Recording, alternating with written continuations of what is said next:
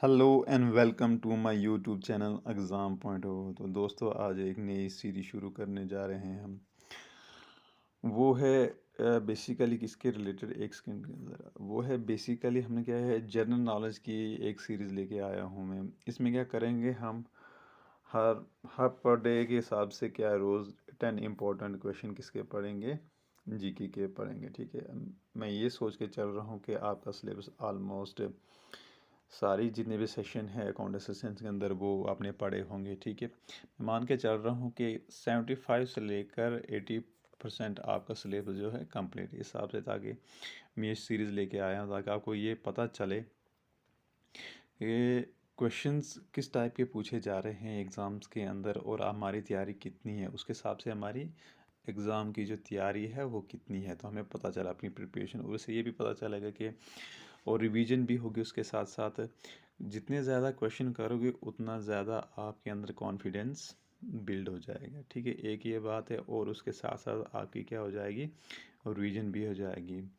आपके अंदर खुद ही आत्मविश्वास इतना बढ़ जाएगा कि आप खुद कहोगे कि नहीं जो मैंने ये सिलेबस कवर किया इसके अंदर मैं इतने क्वेश्चन सॉल्व कर सकता हूँ। ठीक है, फिर जो क्वेश्चन आपने सोल्व किए उनके बारे में थोड़ा डिटेल में पढ़ना है आपको। तो बेसिकली ये है, जब आप सिलेबस कवर करते हैं उसके बाद आपको सिर्फ क्वेश्चन टेस्ट सीरीज लगानी होती है। तो वही मैं एक क्वेश्चन लेके आया हूँ आपके लिए स्पेशली, ताकि आप उनको तैयार कर सको, रिवाइज भी कर सको, कौन कौन से अपने वीक पॉइंट को जान सको। ठीक है, तो ये है मेरा channel exam point of view. इसको ज़रूर शेयर, सब्सक्राइब और कमेंट नीचे ज़रूर करना ताकि मुझे भी हेल्प हो जाए। ये जो लेक्चर है उन लोगों तक पहुंच जाए जो ऑनलाइन टेस्ट सीरीज़ को मतलब ख़रीद नहीं सकते हैं, या जो जो भी आजकल टेस्ट सीरीज़ आती हैं ऑनलाइन आती है। बेसिकली जो फ्री वाली टेस्ट सीरीज़ होती हैं उनमें जो क्वेश्चन होते हैं वो इजी लेवल के डाले होते हैं।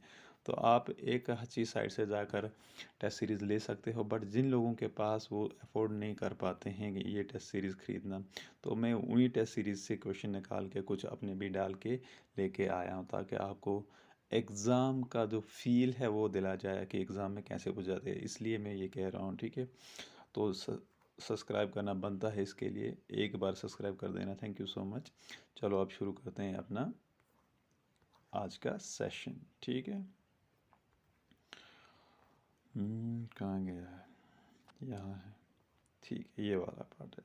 जो पहला क्वेश्चन है आज के सेशन में वो ये है कि इसमें बोला कि एक ये क्वेश्चन लिया गया है बेसिकली जो हमारा जो फ्रीडम स्ट्रगल है वहाँ से लिया हुआ है, थोड़ा सा पीछे, क्योंकि फ्रीडम स्ट्रगल जब 1857 का हुआ उससे पहले क्या क्या चीज़ें थी जो इंडिया में घट रही थी, जिनकी वजह से ये जो 1857 का रिवोल्यूशनरी हो गया, उसके बेस में क्या था, फाउंडेशन क्या थी उसके उसके रिलेटेड ये क्वेश्चन है, इसलिए ये एग्ज़ाम में पूछा जा सकता है। ठीक है, तो पहला क्वेश्चन क्या है, Vellore mutiny erupted in which of the following years. बोलते हैं ये एक विलियरू म्यूटिनिटी है, ये कौन से साल में हुई थी, ये हुई थी 1806 में हुई थी ये। ठीक है, 1806 में ये म्यूटनी हुई। अब ये विलियरू म्यूटिनिटी क्या होती है, बेसिकली ये विलियरू क्या है, एक सिटी का नाम है जो कहाँ पे लाई करता है, तमिलनाडु के अंदर लाई करता है। आज के प्रेजेंट में तमिलनाडु है, तब उसको बोलते हैं विलियरू सिटी बोला जाता था। कि इसमें क्या हुआ था कि it lasted only for a day, basically ये सिर्फ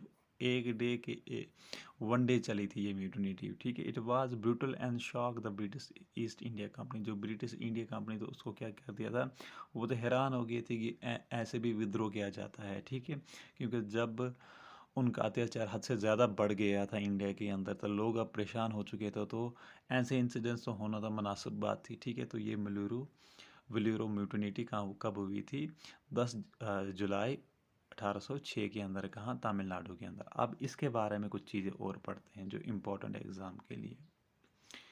ठीक है, ये है। ठीक है, देखो, Vellore mutiny, Vellore revolution on 10th July 1806 was the first instance of a large scale and violent mutiny by Indian spy। किसने की थी ये, इंडियन स्पाई ने की थी against the east India company के अगेंस्ट उन्होंने किया था। देखो, प्रिटेंडिंग द ईस्ट रिबेलियन 1857 से पहले ये वाली म्यूटिनी थी वहाँ पे हुई थी, इंडिया के अंदर हुई थी। ठीक है, इसमें बेसिकली किया गया था the Vellore fort and the killed wound 200 British, basically इसमें क्या है, जो ब्रिटिश थे कम से कम मिनिमम वहाँ पे कितने उनके ट्रूप्स को मारा गया था, 200 ट्रूप्स को ज़ख्मी और मारा गया था, ठीक है। ये बात कहने गया था, एक दिन में कितने लोग 200 लोगों को मारा गया था, ठीक है। The mutiny was subdued by, अब जो उन्होंने ये कौन से इंस्ट्रूमेंट का यूज़ किया हुआ था, जो कौन से डिफेंस डिवाइस लिए हुए थे, वो आर्टरी का यूज़ किया गया था वहाँ पे, ठीक है। तो इसके इस्तेमाल करने से उन्होंने क्या, उनको बहुत सारे सिपाहियों को मार दिया था, बहुत सारों को ज़ख्मी कर दिया था। अब ये हो क्यों रहा था, ये वो प्लेस है जहाँ पे ये म्यूटनी हुई थी, ठीक है। इसका स्तंभ भी बनाया गया वहाँ पे, ठीक है। अब इस म्यूटनी का काज क्या था, क्यों ये म्यूटनी हुई वहाँ पे, तो कोई ना कोई वजह तो होगी, तो ऐसे तो किसी के बीच में कोई भी दंगा फसाद नहीं हो सकता है, तो क्या वजह थी। The immediate cause of the mutiny revolve mainly around resentment felt towards change of the spy dress code. उस वक्त क्या किया गया था, जो ब्रिटिश इंडिया कंपनी थी, उन्होंने क्या किया था, जो भी इंडियन सोल्जर, इंडियन स्पाई थे, उनको क्या किया, बहुत सारी चीज़ें चेंज की गई थी, जैसे कि उनका ड्रेस कोड चेंज करना, ठीक है। जो कब किया था, 1805 के अंदर। Hindu was provided for wearing religious marks on their forehead, जो हिंदू बहुत सारी चीज़ें अपने गले में पहनते थे या हाथों में लगाते थे, उनको क्या किया गया, रोक दिया गया था, आप ये चीज़ें नहीं पहन सकते वाइल ऑन ड्यूटी के ऊपर। मुस्लिम को ये कहा गया था कि आपको क्या करना, मुस्लिम बेसिकली क्या करते हैं, वो मतलब बीर्ड रखते हैं, दाढ़ी रखते हैं, तो उनको ये कहा गया था कि आपको you have, Muslim were required to shave their beard, जो उनकी दाढ़ी थी उनको उसको क्या करना पड़ेगा, काट देना पड़ेगा, तो वो उनके लिए काफ़ी इंपॉर्टेंट होता है, ठीक है। इस किस्म का उनका ताज उनसे लिया जा रहा है, ठीक है। अगर हिंदू से उनसे बोला जाए कि आप जो भी पवित्र चीज़ लगाए होते हैं वो निकाल दिए जाए, तो बेसिकली उनके सेंटीमेंट हर्ट हो जाएंगे। तो सेम मुस्लिम के साथ वो भी ट्रेडिशनल किया गया था, और उन्होंने कहा था कि जो आपकी दाढ़ी उसको क्या करो, ट्रिम किया करो, ठीक है। तो ऐसे बहुत सारे इंसिडेंट्स हैं जिनकी वजह से ये वैल्यूर मॉडर्निटी हुई थी, और जब और ज़्यादा जातीय बनी थी उसके बाद क्या हुआ था, 1857 का रिवॉल्ट हुआ था, ठीक है। उसके ऊपर भी क्वेश्चन लेके आएंगे हमारे, ये भी इंपॉर्टेंट है, क्यों, क्योंकि उससे पहले ये फाउंडेशन है कि कैसे इंडिया में जुल्म बढ़ रहा था और कैसे रिवॉल्ट हो रहे थे, इसलिए इंपॉर्टेंट है, ठीक है। तो पहला क्वेश्चन हो गया, आई होप आपको ये समझ आ गया होगा। अब चलते हैं अपने क्या नेक्स्ट क्वेश्चन के ऊपर, ठीक है। नेक्स्ट क्वेश्चन क्या बोलता है हमें, ये बोलता है कि which state top the land record digitalization for the second year in a row as per NCAR land record and service index. बोलता है कि कौन सी स्टेट है जिसने लैंड को डिजिटलाइजेशन करने में फिर से वो टॉप किया हुआ था, वो कौन सा है, वो क्या है, किसने, मध्य प्रदेश। अब क्या है, इनके जो रिकॉर्ड्स होते हैं लैंड के रिलेटेड, जो भी रिकॉर्ड्स होते हैं वो टोटली डिजिटलाइज हैं, मतलब डिजिटल पे लिया हुआ गया है।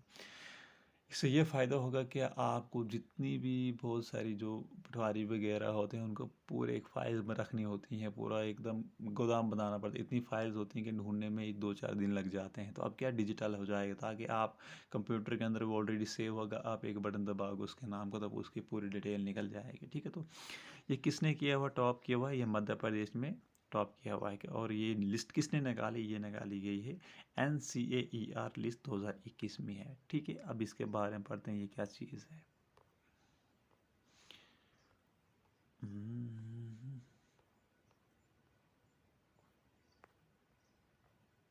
ये है, ठीक है। देखो, Madhya Pradesh waste Bengal top in NCAER land record digitalisation सर्वे, जो हुई है 2021 की, जो किसने की है, NCAER इसने करवाई है, ठीक है। इन्होंने करवाई है, तो इसमें सबसे ऊपर क्या है, ऊपर है मध्य प्रदेश है सबसे ऊपर, और उसके साथ कौन है, वेस्ट बंगाल है, ठीक है। अभी दूसरी कंट्री भी, सॉरी दूसरी स्टेट्स भी दी हुई हैं, बट आपके लिए जो इम्पोर्टेंट है NCAER क्या होता है, इसकी फुल फॉर्म क्या होती है, ये क्या होता है, national council of applied economic research, ये याद रखना, national council of applied economic research, ये है इसकी फुल फॉर्म। अब एक और चीज़ पढ़नी जो इसके बारे में आपने, वो ये है, सॉरी एक सेकेंड के अंदर ज़रा, हाँ, इसके बारे में ये पढ़ना है कि इसकी फाउंडेशन कब हुई है। तो NCAER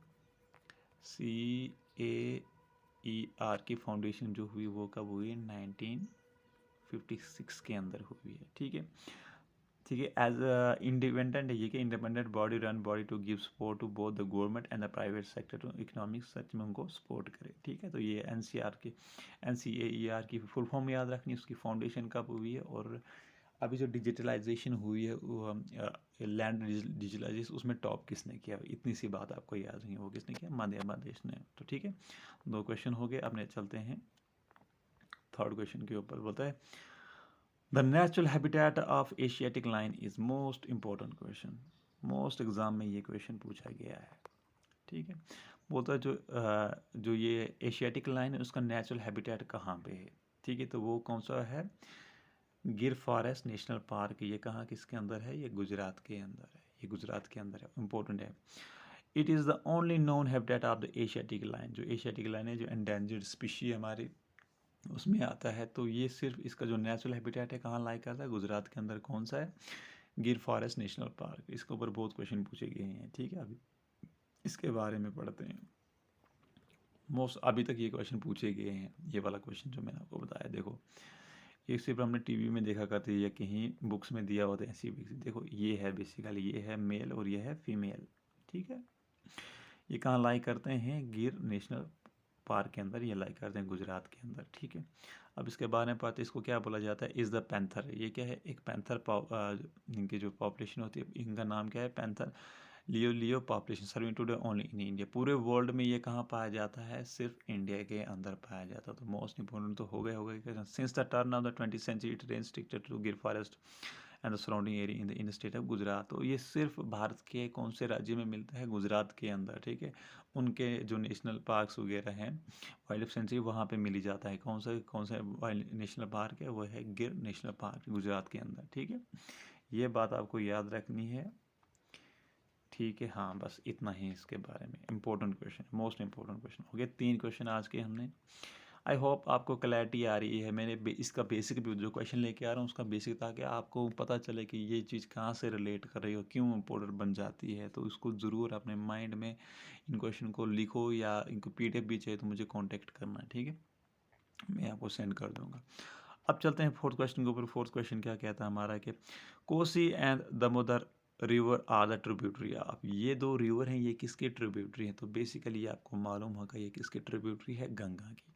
अब इम्पोर्टेंट क्या बन जाते हैं? गंगा की 2 भागों में बांटा गया ट्रिब्यूटरीज को। एक क्या बनता है? लेफ्ट बैंक बन जाता है, और दूसरा क्या होता है? राइट बैंक ट्रिब्यूटरी होती है। लेफ्ट बैंक ट्रिब्यूटरी कौन सी मैंने यहाँ पे शो की हुई है? गोमती, घाघरा, गंदकी और कोसी। ठीक है, इनको शॉर्ट फॉर्म में आप याद रख सकते, ट्रिपल जी के। ठीक है, गोमती, घाघरा और गंदकी और कोसी, यह है लेफ्ट बैंक ट्रिब्यूटरी। अगर एक भी याद रखो कोई दूसरा तो ऑब्वियसली याद हो जाएगा। राइट बैंक ट्रिब्यूटरी कौन कौन से? यमुना, सोन, पनपिन और दामोदर, ये हैं राइट बैंक ट्रिब्यूटरी और लेफ्ट बैंक ट्रिब्यूटरी। याद रखना, ये पूछा जाता है कि गंगा की लेफ्ट बैंक ट्रिब्यूटरी कौन सी हैं, या उनमें ऑप्शन दिया होगा और आपको चूज़ करना पड़ेगा कि चारों में से कौन कौन सी लेफ्ट बैंक ट्रिब्यूटरी। तो याद रखना ट्रिपल जी के याद रखना, और राइट बैंक ट्रिब्यूटरी के लिए क्या रखना आपने? DSP यू याद रखना है। DSP पहले याद रखना, और साथ में वाई से यमुना, D से दामोदर, S से सोन और P से पनपिन। ठीक है, ये याद रखना। अब इसके बारे में डिटेल लेके आया हूँ, वहाँ पे मैंने इनके बारे में लिखा हुआ है। ये है यहाँ पे पहले मुझे क्या बताना, ये बताना पहले मुझे आपको। ठीक है, देखो लेफ्ट बैंक ट्रिब्यूटरी, आप इसके लिए कोई नोमैटिक भी अप्लाई कर सकते हो कि कैसे याद रखना। इंपॉर्टेंट बातें जिनको आप किसी तरीके से भी याद रखो, ऐसे ऐसे ही सिंपल याद रखिए। जैसे राम, गंगा, गारा, गोमती, घाघरा, गंदकी, भूर्मी, गंधक, कोसी और महानदी, ये हमारी क्या बन जाती हैं? Left bank tributary. ठीक, तो यहाँ से ऐसे मुश्किल हो जाता है याद करना, तो इनके लिए आप एक सिक्वेंशियल नोमैटिक कोड बना दो। ठीक, जैसे मैंने बनाया है ट्रिपल जी के है। ठीक है, तो मुझे यहाँ से याद हो, जो इंपॉर्टेंट ली हुई है मैंने। ठीक है, अब राइट बैंक मैंने के लिए उसके लिए क्या बनाया था? DSP और साथ में वाई बनाया था। ठीक है, जो इंपॉर्टेंट वो ली हुई थी, जैसे यमुना। ठीक है, दूसरा मैंने लिया था ये सोन, दामोदर और पनपिन। इन पे क्वेश्चन ज़्यादातर पूछे गए हैं। ठीक है, अब इनके मैं मैप दिखाता हूँ आपको। मैप कहाँ पे? ये है एक, जिसमें से मुझे ज़्यादा इंपॉर्टेंट लगता है। एक तो आपने लेफ्ट बैंक ट्रिब्यूटरी याद रखना है, राइट बैंक ट्रिब्यूटरी याद रखना। एक ये है जो ये सोंद होती है, ये कहाँ से इसमें ज्वाइन करता है, ये याद रखना। ये कहाँ से ज्वाइन करती है? ये नीचे से आता है, जो हमारा पेनिनसुलर प्लेटो होता है ना, वहाँ से आता है ये ऊपर के लिए। ये पेनिनसुलर प्लेटो बोलोगे या डेक्कन प्लेटो से, ये नीचे से जाकर ऊपर को ऐसा बोलते हैं। जो साउथ से कौन सा रिवर है जो गंगा की ट्रिब्यूटरी जो उसमें जाकर ज्वाइन करती, तो वो कौन है? सोन। ठीक है, मोस्ट इम्पोर्टेंट ये है। बाकी भी इम्पोर्टेंट है, लेफ्ट बैंक ट्रिब्यूटरी याद रखना, ठीक है, और राइट बैंक ट्रिब्यूटरी याद रखना, ठीक है, ये इम्पोर्टेंट बन जाता है। अब मुझे जो आपसे ये मैप समझ लिया ना, तो यहाँ से निकलता है हमारा क्या, ये है GTTD, यहाँ से तिब्बत, तिब्बत प्लेटू से निकलता है, यहाँ से निकलते निकलते यहाँ से ऐसे ऐसे जाकर वेस्ट कहाँ से बे ऑफ बंगाल के अंदर चला जाता है और लास्ट में ब्रह्मपुत्र अब इसके साथ ज्वाइन हो जाता है, ठीक है, ये आपने पढ़ लिया होगा। अब मुझे जो इम्पोर्टेंट चीज़ आपको बतानी ये, यहाँ से क्वेश्चन पूछा जाता है, यहाँ से भी जो एक एक चीज़ जो मैं बता रहा हूँ वो इम्पोर्टेंट एग्जाम के लिए। सोर्स का है, सोर्स क्या है इसका, सोर्स याद रखना, ये कहाँ से निकलता है, बेसिकली दो रिवर मिलते हैं देवप्रयाग, क्या लिखा है, देवप्रयाग और उत्तराखंड के अंदर अलकनंदा रिवर द सोर्स है वो, ये बेसिकली ये क्या है, कहाँ से निकलता है मैं आपको बता देता हूँ। ये निकलता है तिब्बत से, तिब्बत से निकलता है, कैलाश कुंड से वहाँ से निकलता है, गंगोत्री ग्लेशियर से निकलते हुए ये कहाँ, उसके बाद क्या होता है देवप्रयाग में क्या होता है अलकनंदा, और एक होता है दूसरा, देवप्रयाग के अंदर क्या होता है, दो रिवर आपस में मिल जाते हैं, ठीक है, भागीरथ और अलकनंदा दोनों रिवर क्या है देवप्रयाग के अंदर मिल जाते हैं। मतलब ऐसे यहाँ से आएगा अलकनंदा, यहाँ से आओगे देव ये क्या नाम है इसका, सॉरी देवप्रयाग नहीं बोलूँगा उसको, क्या नाम, अलकनंदा और साथ में कौन सा है भागीरथ, यहाँ से आएगा भागीरथ और यहाँ से आएगा अलकनंदा, ये दोनों में कहाँ पे ज्वाइन होते हैं, ये होते हैं देवप्रयाग के अंदर, ठीक है, ये इंपॉर्टेंट है। और इसका मैं दिखा देता हूँ आपको, Devprayag the beginning of the main stream, और वहाँ से नाम शुरू हो जाता है किसका, गंगा का। जब देवप्रयाग के अंदर अलकनंदा और भागीरथी मिलते हैं तो वहाँ से इनका नाम क्या बन जाता है, गंगा, उसके अंदर उसके बाद इनका नाम क्या पड़ जाता है, गंगा, और ये कहाँ जाकर फॉल करता है, वो करता है बे ऑफ बंगाल के अंदर, ये बात इंपॉर्टेंट याद रखना, ठीक है। अब जिसमें इसकी लेंथ भी याद रख लेना आप, लेंथ भी इम्पोर्टेंट है, ये 2500 याद रख लेना, 2500 किलोमीटर, ठीक है। अब एक चीज़ थी, मैप कहाँ गया, यहाँ पे ये है ना मैप, तो मुझे जो चीज़ बतानी, यहाँ जैसे जैसे फॉर एग्जांपल यहाँ से गंगा है ना, तो यहाँ पे दो रिवर ऐसे ऐसे करके आते हैं, वो एक भागीरथी आ जाएगा और दूसरा क्या आ जाएगा, अलकनंदा, जो कहाँ पे द्वीपराग के अंदर मिलते हैं, उसके बाद गंगा का नाम पड़ता है, यहाँ कहीं पड़ता है, ठीक है। तो मैं इसकी सिर्फ लोकेशन बता सकता हूँ। तो इसके रिलेटेड मैंने जो भी क्वेश्चन है ऑलमोस्ट सारे और भी लेके आऊँगा, इसकी इसकी कोई टेंशन लेने की बात नहीं है, मगर ये जो है left bank tributary, right bank tributary, और नीचे साउथ से कौन सी ट्रिब्यूटरी है जो गंगा की है, वो है सोन, वो याद रख लेना। और ये कहाँ पे भागीरथ और अलकनंदा मिला कर क्या देवप्रयाग में मिलते हैं, उसके बाद गंगा का नाम पड़ता है, और ये कहाँ से आते हैं, गंगोत्री ग्लेशियर तिब्बत से निकलते हैं, ये इतना याद रखना, ठीक है। और इसकी लेंथ भी मैंने बता दिया आपको। हो गए 4 क्वेश्चन, ठीक है। अब चलते हैं फिफ्थ क्वेश्चन पे, बहुत लेंथी लेक्चर हो जाएगा, ठीक है। अब चलते हैं क्या फिफ्थ के ऊपर। The government act 1935 was based on, जो हमारा ये गवर्नमेंट एक्ट 1935 ये किसके ऊपर बेस्ड है, ठीक है। गवर्नमेंट एक्ट 1935 ये कहता है कि क्या है, ये क्या करता है, बेसिकली ये क्या करता है, पावर डिस्ट्रीब्यूट करता है। तब क्या थे, अब ये सेंटर और स्टेट गवर्नमेंट तो होती नहीं थे, पर तब क्या होता था, जो क्या होता है सेंट्रल गवर्नमेंट, सेंटर और ये जो प्रिंसली स्टेट होते हैं उनके बीच में पावर इन्होंने डिस्ट्रीब्यूट की हुई थी। तो यही एक्ट है, ये किसके ऊपर बेस्ड है, ये बताया हुआ है। ये 3 चीज़ों के ऊपर बेस्ड करता है। एक तो रिकमेंडेशन जो है, recommendation of round table conference जो हुई थी 1931 में हुई थी शायद, ऐसा याद है। साइमन कमीशन रिपोर्ट आई थी, उसके ऊपर बेस्ड था। साइमन कमीशन कब आया था, 1927, अब ये पढ़ लेना साइमन कमीशन क्या होता है। The white paper published by the British government in 1933, third round, 3 round table हुई थी ना, थर्ड राउंड टेबल, ठीक है। ये बेसिकली क्या करता है, पावर डिस्ट्रीब्यूट करता है बिटवीन सेंटर एंड प्रोविंसेस होते थे तब, तो प्रोविंसेस होते थे, ठीक है। प्रिंसली स्टेट होते, प्रिंसली स्टेट्स होते थे, प्रोविंस नहीं कहूँगा, प्रिंसली स्टेट होते थे, तो उनके बीच में पावर डिस्प्यूट करता है। तो इसका आधार किसके ऊपर है, एक है राउंड टेबल की कन्फर्मेशन, और दूसरा क्या है, साइमन कमीशन, तीसरा राउंड टेबल का कौन सा, वाइट पेपर जो उन्होंने 1933 के अंदर लेके आया। तो ये था इसके रिकॉर्डिंग। अब चलते हैं 6th क्वेश्चन के ऊपर। 6th क्वेश्चन क्या है हमारा, कहाँ से आता है, ये जो क्लासिकल फोक डांस होता है ये वहाँ से उठाया हुआ है, इंपॉर्टेंट है। यहाँ से तो 1-2 क्वेश्चन क्लास 4th में पूछा गया था, 1-2 तो बहुत ही इनडायरेक्टली तरीके से, मतलब खतरनाक तरीके से पूछा गया था, तो ये पढ़ लेते हैं, इंपॉर्टेंट है। Match the classical dance in list 1 to the state of origin in list, कहाँ से वो ओरिजिन हुए हैं। देखो कथक याद रखना, यहाँ पे क्यों ये लेके आया हूँ, इसके एक रीज़न है मेरे पास। कथक जो है वो कहाँ है, किसका क्लासिकल डांस है, वो है किसका, उत्तर प्रदेश का। याद रखना किसका है, उत्तर प्रदेश का। अब एक और चीज़ जो मुझे बोला, अब कथकली होगा तो वो किससे है, केरला के से बिलोंग करता है। कथक किसके साथ है, यूपी के साथ, और कथकली किसके साथ, केरला है। यहाँ पे कंफ्यूज मत होना, ठीक है। कुचिपुड़ी कहाँ से, ये सिंपली है आंध्र प्रदेश से।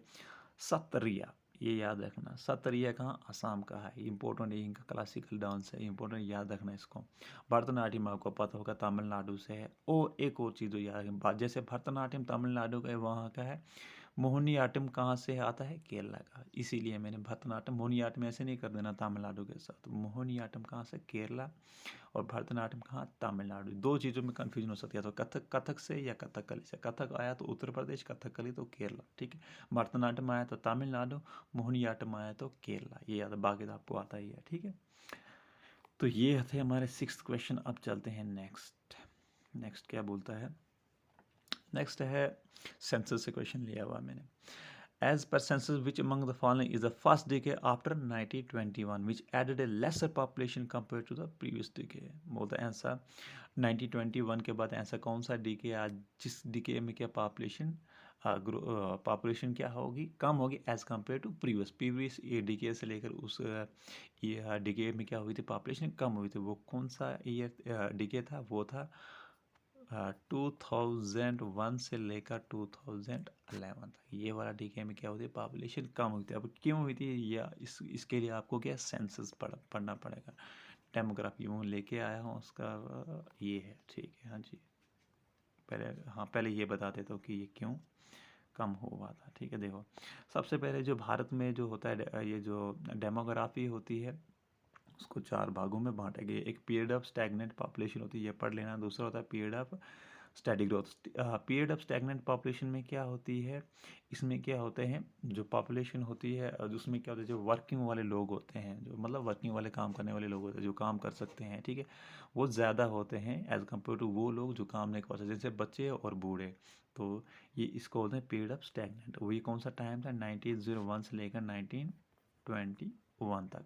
अब इसके बाद आता है कौन सा, पीरियड ऑफ स्टेडी ग्रोथ। अब क्या धीरे धीरे ग्रोथ बढ़नी शुरू हो जाती है। इसमें क्या होता है कि 1% ग्रोथ रेट हर साल बढ़ता जाता है, ठीक है। मतलब फर्टिलिटी बढ़ती जा रही है वहाँ पे, ठीक है। और मोर देन 1%, 1% से बढ़ रही है, तो उसको क्या बोलेंगे, पीरियड ऑफ स्टेडी ग्रोथ। तो ये कौन सा टाइम है इसका, 1921 से लेकर 1951 तक, याद रखना। तीसरा आता है period of rapid high growth, कब से, 1951 से लेकर 1981 तक, ठीक। इसमें क्या हो रहा है कि 2% के हिसाब से ग्रोथ रेट बढ़ता जा रहा है। तो इस पीरियड को क्या बोलते हैं, 1951 से लेकर 81 जो पीरियड, इसको बोलते हैं पीरियड ऑफ पॉपुलेशन एक्सप्लोजन भी बोला जाता है। तो इंपॉर्टेंट, याद रख लेना, पीरियड ऑफ पॉपुलेशन एक्सप्लोजन कौन से पीरियड को बोलते हैं, 51 से लेकर 81 तक, ठीक है। उसके बाद फोर्थ आता है पीरियड ऑफ हाई ग्रोथ, बहुत ज़्यादा growth. Period of high growth with definite sign of slow on, मतलब बहुत ज़्यादा बढ़ रही, बड़ी साइन भी मिल रहे हैं कि वो धीरे धीरे कम हो जाएगी। अब क्या हो रहा है, इसमें क्या है, इसमें क्या इंपॉर्टेंट बात है वो मुझे आपको समझानी, यहाँ से क्वेश्चन पूछा गया, बेसिकली यही समझने की चीज़ है। अब क्या हो रहा था, इसमें क्या हो रहा है कि 2.2% से क्या भारत की पॉपुलेशन बढ़ रही है। बट जब ये आता है 2001 और 2011 के बीच में, क्या होता है, वो घट के, ग्रोथ रेट की बात कर रहा है, ग्रोथ रेट घट के कितनी बन जाती है, 1.64। मतलब क्या है, पिछले डेकेड में कितना चल रहा था, 2% से ग्रोथ रेट बढ़ रही थी। बट 2001 से लेकर 2011 के बीच में क्या, ये ग्रोथ रेट घर के कितना बनता है, 1.64% से बढ़ रही थी। बढ़ तो रही थी बट पिछले डिकेड से कंपेरिजन किया तो कम हो रही थी। तो ये वो टाइम था जो मैंने क्वेश्चन बताया, यहाँ से क्वेश्चन लिया गया था, ठीक है, याद देखना। और इसी टाइम में क्या है, पॉपुलेशन जो पूरे वर्ल्ड की है वो किस ग्रोथ रेट से बढ़ रही थी, देखो 1.25 पूरे वर्ल्ड का है, पर इंडिया का ही देखो 1.64 चल रहा है, ये ग्रोथ रेट चल रहा है। तो ठीक है, ये वाला ईयर था कौन सा, 2001 से लेकर 2011 की जो पीरियड था, इसमें क्या है, ग्रोथ रेट कम हो गई थी एज कम्पेयर टू प्रीवियस। क्योंकि प्रीवियस में क्या हो रहा था, 2.22% से ग्रोथ रेट बढ़ रहा था, और इसमें क्या हो रहा था, 1.64% के हिसाब से ग्रोथ रेट बढ़ रहा था। एक चीज़ इंपॉर्टेंट और है इसमें, ये वाला लास्ट में जो लिखी हुई है, 1921 को क्या बोलता है, year of great demographic dividend, ठीक है। इसको ईयर ऑफ डेमोग्राफिक डिविडेंड भी बोला जाता है, ठीक है। डेमोग्राफिक डिविडेंड क्या होता है, डेमोग्राफिक डिविडेंड होता है वो कंट्री की पॉपुलेशन जिसमें वर्किंग पॉपुलेशन ज़्यादा होती एज़ कम्पेयर टू क्या नॉन वर्किंग पॉपुलेशन। वो नॉन वर्किंग पॉपुलेशन बच्चे आते हैं और बूढ़े आते हैं, ठीक है।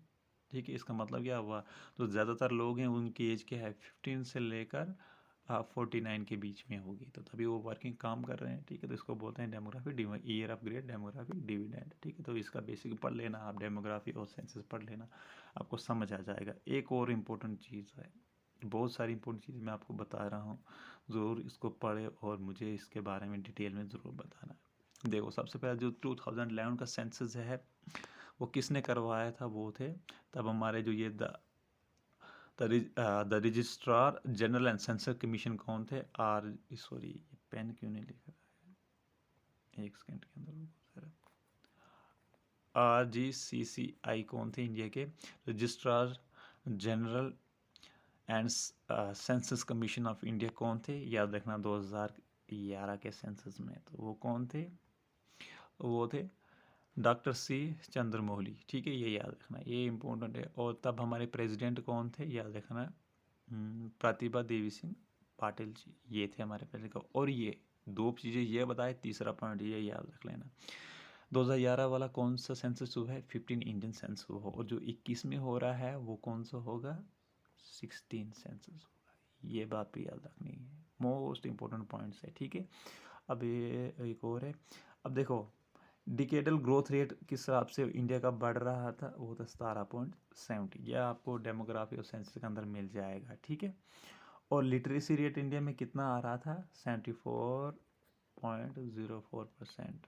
डिकेडल ग्रोथ मतलब 12 जो डिकेड होता है उसमें कितनी ग्रोथ रेट बढ़ रही थी, 17.70% के हिसाब से बढ़ रहा था। और लिटरेसी रेट भारत में 2011 के हिसाब से कितना था, 74%। मोस्ट इंपॉर्टेंट चीज़ें हैं, ठीक है। आई होप जो भी मैं आपको बता रहा हूँ अपनी तरफ से मैं 110% आपको कोशिश कर रहा हूँ कि आपको इन डिटेल में समझ आ जाए कि क्या क्या चीज़ें कैसे समझ आ जाती हैं। आज का 8th क्वेश्चन पे चलते हैं, ठीक है। ये कहो, विच of the following is oldest and biggest basic silk warm seed station इन जम्मू कश्मीर में, कौन सा पूछा है इंडिया में, तो सिल्क स्टेशन सॉरी इंडिया नहीं, JNK के अंदर सिल्क स्टेशन तो 3-4 हैं, ठीक है। बट इसमें पूछे गए ओल्डेस्ट और बिगेस्ट, सबसे पुराना कौन सा है, तो वो क्या है, मिरकुंड, ठीक है, मिरकुंड। और इसमें किसमें क्या मलबरी प्लांटेशन की जाती है, ठीक है। अब इसके बारे में डिटेल बता देता हूँ मैं, शायद लिखा है मैंने कहीं यहाँ पे, देखो during 1958 central silkworm seed station at Pampore में था वाज एस्टेब्लिश, कब 1958 में पामपुर के अंदर डाला गया था। Where existing silkworm varieties was transferred from maintaining the scientifically, वहाँ पे जो सिल्कवर्म बनाया जाता तो साइंटिफिक तरीके से उसको तैयार किया जा रहा था, ठीक है। ये बात है, तो पामपुर में भी है, 1958 में वो बनाया गया था। अब चलते हैं आगे। आगे mulberry plantation was undertaken on a large scale and several races were introduce and maintain at basic seed station Mirkund and ये वाला जो है ओल्डेस्ट और बिगेस्ट है। और वहाँ पे कौन सी प्लांटेशन की जाती है, मलबेरी की जाती है, उससे प्रोड्यूस किया जाता है, ठीक है। और एक और उधमपुर के अंदर है साइलेतला, ठीक है। तो इसलिए ये इंपॉर्टेंट क्यों बना कि ओल्डेस्ट और बिगेस्ट है। 1958 कहाँ पे बना था, पामपोर के अंदर, ठीक है। तो इतनी सी बात आपको याद रखनी। आज का लास्ट क्वेश्चन बहुत इंपॉर्टेंट है मुझे, मेरे हिसाब से, क्योंकि ये थोड़ा यूनिक क्वेश्चन है। तो विच of the following one of the world rarest peasant is found in Jammu and Kashmir, पूरे मतलब पूरे वर्ल्ड का लेके आ रहा है कि उससे जैनका के एक ऐसा बर्ड पाया जाता है जो बहुत ही रेयर हो गया, उसकी संख्या जो बहुत कम हो गई है। वो कौन सा, नाम क्या उसका, वेस्टर्न ट्रैगोपैन, ये है इसका नाम, ट्रैगोपैन। और इसकी संख्या अभी कितनी है, 2500 लेकर 3500 के बीच में लाई कर रही, पहले कहीं 5000 थी, अभी इतनी लाई कर रही। अब ये आपको वेस्टर्न ट्रैगपोन के बारे में ज़्यादा तो बताऊँगा नहीं, मगर एक बार इसकी फ़ोटो देखो, आपने देखी होगी, मैंने बार बार स्लाइड किया, पर ये है, देखो कितना ही खूबसूरत है, मुझे तो बहुत पसंद है ये। तो ये इसकी पूरे वर्ल्ड में इसकी संख्या सिर्फ टोटल कितनी JNK के अंदर रही है, वो कितनी है, 2500 लेकर 3500 के बीच में है। तो इम्पोर्टेंट बन जाता है ये क्वेश्चन, क्योंकि वर्ल्ड में JNK के अंदर के ही मिल JNK के अंदर ही मिल रहा है ये, इसकी पॉपुलेशन, इसका नाम क्या है, वेस्टर्न ट्रैगपोन, ठीक है। Thank you so much for watching my video. I hope मैंने अपने 110% आपको दिया है। आपको ज़रूर ये लेक्चर पसंद आया होगा, तो उसको कमेंट शेयर सब्सक्राइब ज़रूर करना, ताकि उन स्टूडेंट्स तक ये क्वेश्चन पहुँचे जो इस अकाउंट असिस्टेंट की तैयारी बहुत अच्छी तरीके से कर रहे हैं और जो चाहते हैं कि हमारी सिलेक्शन हो। तो उनको सिलेबस कवर करने के बाद टेस्ट सीरीज़ जॉइन करनी है, जो अफोर्ड कर सकते हैं वो तो कर लें, वो अपने हिसाब से मेहनत कर लें। जो अफोर्ड नहीं कर पाते हैं उनके लिए स्पेशली ये चीज़ है। किसके लिए? जो अफोर्ड नहीं कर पाते हैं और एग्ज़ाम किस लेवल तक जाता है, ये टॉप लेवल के क्वेश्चन है, ये कोई मैंने ईजी लेवल के क्वेश्चन आपके लिए नहीं लाया, नहीं तो मैं पूछ सकता हूँ, हाँ भाई क्या बोलते हैं हंगूल कहाँ पाया जाता है, ठीक है, हेमस नेशनल पार्क कहाँ पाया जाता है, तो ऐसे क्वेश्चन भी लेके आता हूँ, ठीक है। वो इजी लेवल के क्वेश्चन है वो भी लेके आऊँगा, बट वो ऐसा नहीं होगा कि हर एक क्वेश्चन में आपको इजी लेके आऊँगा और आप बोलोगे नहीं भाई यही क्वेश्चन आ जाएंगे। तो जो टफ आएंगे टफ पे काम करो, इजी भी साथ में लेके चलेंगे। Thank you so much guys.